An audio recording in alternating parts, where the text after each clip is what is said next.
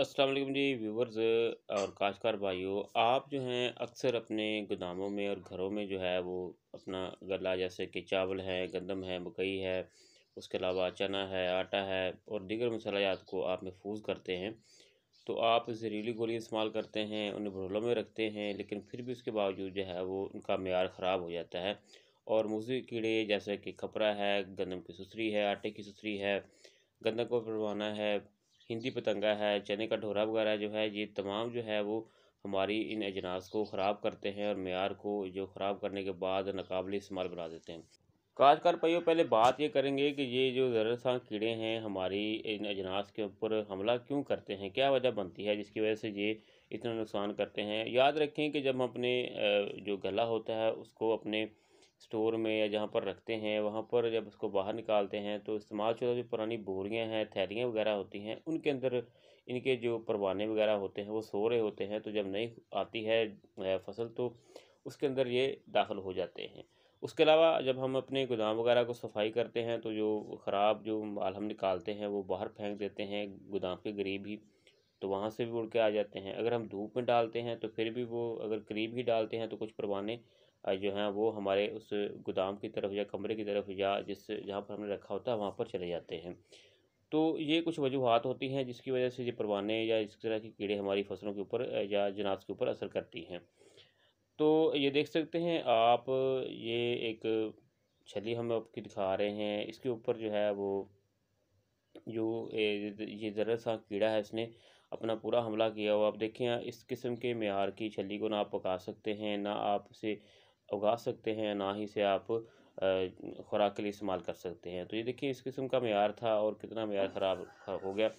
तो इस सूरत हाल से आपने निपटने के लिए क्या करना है, एक तो आप पहले जहरीली गोलियाँ इस्तेमाल करते हैं जो इंसानी सेहत के लिए भी ठीक नहीं होती। तो इसके लिए हमने आपको एक नई टेक्नोलॉजी जिसे हर्मेटिक टेक्नोलॉजी कहते हैं उसे लेकर आए हैं। आप ये देख सकते हैं प्लास्टिक के बैग्स हैं जी, ये multi layer recyclable polythene plastic से बने हुए हैं। ये रकावटी परत इन पे लगी होती है, इनके रकावटी परत से बने होते हैं जिसकी वजह से इनके अंदर हवा और नमी दाखिल नहीं होती।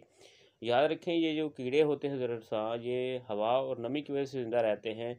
अगर ये हवा और नमी इनके ऊपर बंद कर दी जाएगी तो ये बिल्कुल ही अपना यानी असर नहीं दिखा सकते और ख़त्म हो जाते हैं। तो इन बैग्स को आप बार-बार इस्तेमाल कर सकते हैं। ये देखें इस तरह से अगर आप अपनी अजनास को महफूज़ करना चाहते हैं तो आप उन्हें डायरेक्ट भी इसमें डाल सकते हैं। जैसे कि चना है, मकई है, उसके अलावा गंदम है, मसाला जात हैं, आप उन्हें यानी कि इस्तेमाल करने के लिए इनमें बार-बार जो है इस्तेमाल। अब बात ये करते हैं कि ये जो बैग्स हैं, ये इंसानी सेहत के लिए क्या असर रखते हैं? देखिए इंसानी सेहत पर इनके कोई बुरे असरात नहीं हैं। ये पहली बात है। उसके बाद दूसरी बात करेंगे कि क्या हम इसके अंदर अगर अपनी अजनास रखते हैं तो क्या उनकी क्वालिटी ख़राब हो जाती है, रंग ख़राब हो जाता है? दी ऐसा भी नहीं है।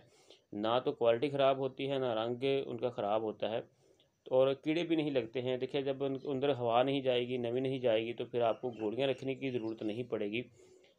ये देखिए अगर आप गोलियाँ रखते हैं तो उससे ये होता था कि एक तो स्मेल आती थी, तो आपके लिए परेशानी होती थी।